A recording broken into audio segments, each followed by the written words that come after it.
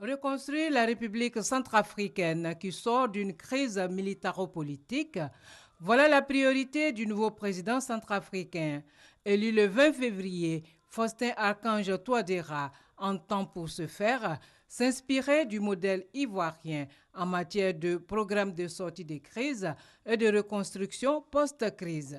Tout le sens de ce déplacement à Abidjan, déplacement ponctué par une séance de travail avec son homologue ivoirien, le président Alassane Ouattara. Je voudrais vous dire, Monsieur le Président, à quel point nous sommes honorés que vous ayez pris le temps d'effectuer cette visite. La République centrafricaine sort d'une crise sérieuse. Nous suivons l'actualité. Nous-mêmes, nous avons connu une crise pendant de nombreuses années. Et donc, ce sera l'occasion d'échanger notre expérience avec vous et vous dire comment, par étapes, nous avons pu surmonter cette situation post-crise pour que la Côte d'Ivoire connaisse enfin la paix. Et comme vous le savez également, nous avons fait des progrès importants au plan économique.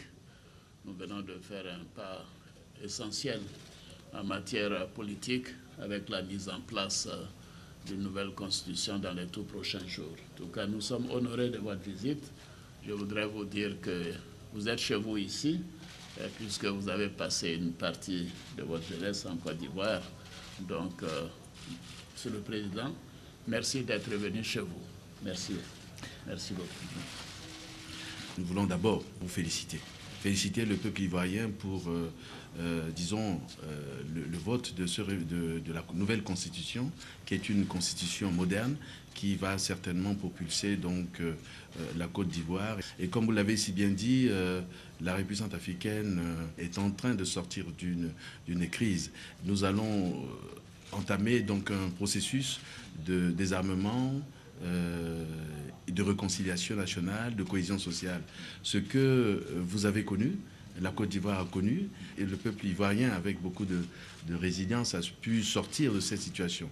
Nous voulons tirer l'expérience du DDR qui s'est déroulé ici avec beaucoup de succès, et aussi sous votre leadership avec la réconciliation nationale qui aujourd'hui fait que la Côte d'Ivoire renoue avec le développement, avec tout ce que nous avons vu.